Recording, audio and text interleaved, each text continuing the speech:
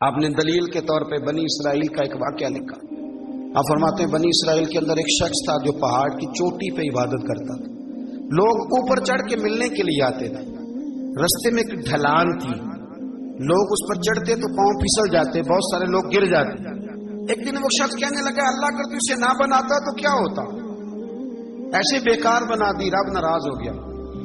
اس وقت کے پیغمبر علیہ السلام کو وہی فرمائی اسے کہو تو میری تخلیق پہ اعتراض کرتا ہے، جا میں نے تیرا نام ولیوں کی صف سے کاٹ کے نافرمانوں کی صف میں لکھ دیا. وہ نبی اس امت کے علیہ السلام تشریف لائے اور آ کے اسے کہا کہ رب کریم نے تیرا نام کاٹ کے نا ولیوں کی لسٹ سے نافرمانوں کی لسٹ میں لکھا ہے. کہنے لگا حضور اللہ نے خود لکھا ہے؟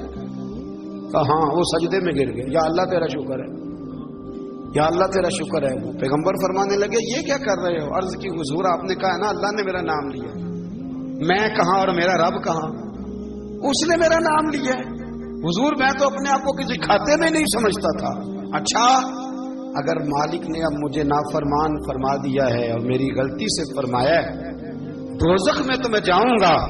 حضور آپ اللہ کے نبی ہیں، آپ کے ذریعے کی التجا ہے مالک کے حضور، رب کریم سے عرض کیجیے گا کہ اب مجھے دوزخ میں تو پھینکنا ہی ہے تو میرا وجود اتنا بڑا کر دے، اتنا بڑا کر دے کہ میں اکیلا جہنم میں آ جاؤں. میرا دل نہیں کرتا اللہ کا کوئی اور بندہ دوزخ میں جائے. میں چاہتا ہوں اتنے پیارے پیارے مخلوق پیدا کیے اس نے، کوئی جلے نہ، کوئی دوزخ میں جلے نہ. مجھے بڑا کر کے نا اکیلا بھر دے میرے وجود کو، میں اکیلا چلوں گا. عرض کرے رب کی بارگاہ میں. وہ پیغمبر وہی کھڑے تھے، وہی آئی. اے میرے نبی سے کہہ دو تو میرے بندوں سے پیار کرتا ہے تو میں تجھ سے پیار نہ کروں؟ جا میں نے تجھے معاف بھی کیا، تیرے لیے جنت کا فیصلہ بھی کیا، اور قیامت میں جس چیز کی تو سفارش کرے گا میں ان سب کو بھی جنت عطا کر دوں گا. ڈاکٹر صاحب کہتے ہیں اگر تو آسانی چاہتا ہے کہ اللہ جلدی راضی ہو تو کسی کا بھلا کرنے کی کوشش کر، کسی کو نفع دینے کی کوشش کر. کوشش کر کہ اللہ کی مخلوق سے کوئی پیار ہو جائے، کسی کو تسلی دے، کسی سے محبت کر، کسی کے ساتھ تو خیر والا معاملہ کر. رب کریم تیرے لیے آسانیاں کرے گا. سالوں بیت گئے، میں نے کہا 1000 سال ہو گئے ان کے وصال کو کم و بیش. کتنے جی؟ 200-300 سال کے بعد لوگ بھول جاتے ہیں. بہت سارے ایسے درباروں پہ جانے کا موقع ملا کہ لوگ کہتے ہیں پتہ نہیں بزرگ کون تھے، لیکن یہاں مزار ہے. 1000 سال بیت گئے، 1000 سال. وہ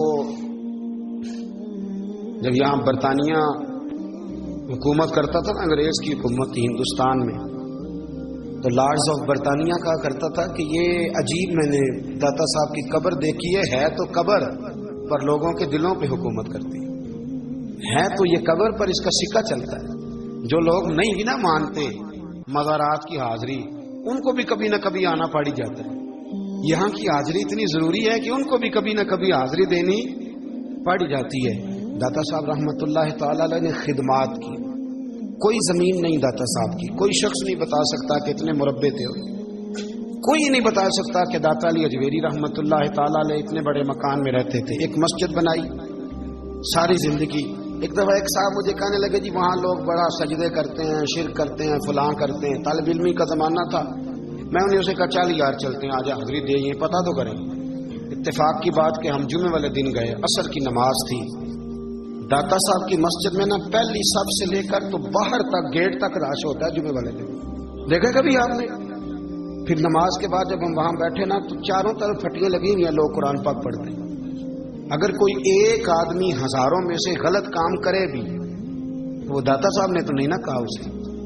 میں کہتا ہوں تمہیں وہاں جاہل بندے تو نظر آتے ہیں، تو جو وہاں سارا دن قرآن پڑھا جاتا ہے وہ نہیں نظر آتا، جو وہاں حدیث پاک کا درس ہوتا ہے وہ نہیں دکھائی دیتا. وہ جہاں ہزاروں مزدور جو لاہور کے کوئی کہیں مزدوری کرتا ہے، کہیں مزدوری کرتا ہے، روٹی اسے داتا صاحب کے آستانے سے مل جاتی اور وہاں بیٹھ کے لوگ اپنا گزارا کر لیتے ہیں. یہ تمہیں کیف نہیں نظر آتا؟ یہ رنگ نہیں تمہیں دکھائی دیتا؟ او بھائی وہاں ہر جمعے ہزاروں لوگ اللہ کے حضور جھکتے ہیں. کوئی ایک آدھ آدمی غلط کام کرتا تمہیں دکھائی دیتا ہے تو اس کو بنیاد بنا لیتے ہو. ہم جس دن گئے نا اس بندے کو تو ہم بیٹھے رہے مغرب تک پر ایک بندہ بھی سجدہ کرنے والا نہیں ملا. میں نے کہا تو کہتا تھا لوگ قبر کو سجدہ کرتے، یہ تو سارے اللہ کو کر رہے ہیں، یہ تو سارے قرآن شریف پڑھ رہے ہیں، تو دعاؤں میں لگے ہوئے.